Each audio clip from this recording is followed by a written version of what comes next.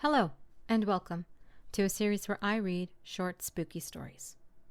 No one leaves Weller. They say the town of Weller emptied overnight.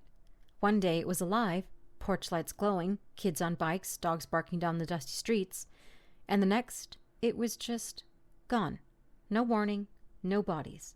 Just houses left mid-breakfast, TVs still buzzing static, bathtubs still warm. That was 30 years ago. No one ever figured out what happened.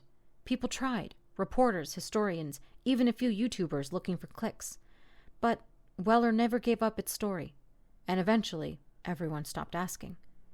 Everyone except Eric. Eric's grandfather had grown up in Weller and never spoke about it, but when he died, he left Eric a box.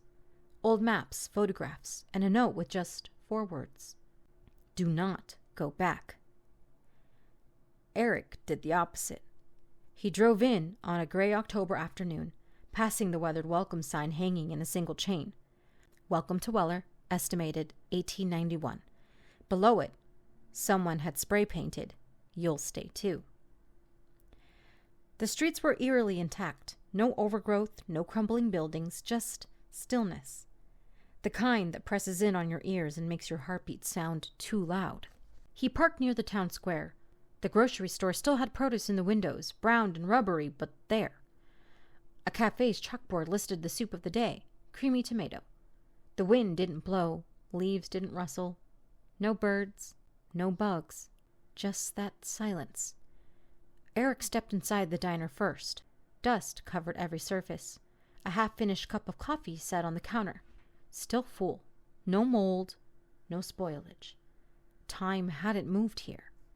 He looked around, pulled out his phone, and noticed it had no signal, not even Wi-Fi, just a flashing no network where his bars should be. The bell above the door jingled suddenly. He turned, expecting wind, but the door was still shut. Then he noticed something odd in the reflection of the napkin holder, a man sitting in a booth behind him. Eric turned fast. No one there, but in the reflection, still sitting. The man's face was wrong, not blurry, but unfinished, like someone had drawn it from memory and forgotten the details. A suggestion of eyes, a dent where the mouth should be. Eric stumbled out into the street, breathing hard, and then the lights came on. Every house, every lamppost, every shop window glowing as if the town had just flipped the switch back on. But no generators, no wires buzzing, just power. And with the lights came movement. Eric turned toward the end of the block and saw them.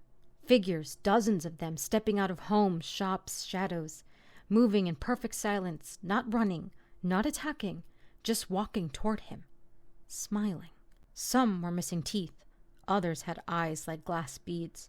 A few flickered like a bad image on an old TV. He ran back to his car, but when he turned the ignition, it didn't catch. The keys turned and turned, and the engine wheezed, but nothing. The headlights flickered once, then died. And when he looked up, the road was gone. The welcome sign was gone. Only buildings now, more of them stretching into the distance. Weller was growing. He tried to run on foot, but every corner turned him back. Every alley led to another street he swore hadn't been there before. The town was reshaping itself around him. And then he heard it. A voice, soft, right behind his ear. We never left. You just stopped seeing us. He turned. A mirror stood where the road had been, cracked down the middle. In it he saw the town, but not empty. It was full. Buzzing, laughing, people dancing in the square, children playing tag, and standing among them was himself. But his reflection didn't move the way he did. It smiled and waved and turned away. They say if you go to Weller now, you'll see a man wandering the streets, asking for a way out. But no one leaves Weller. Not really. They just fade in.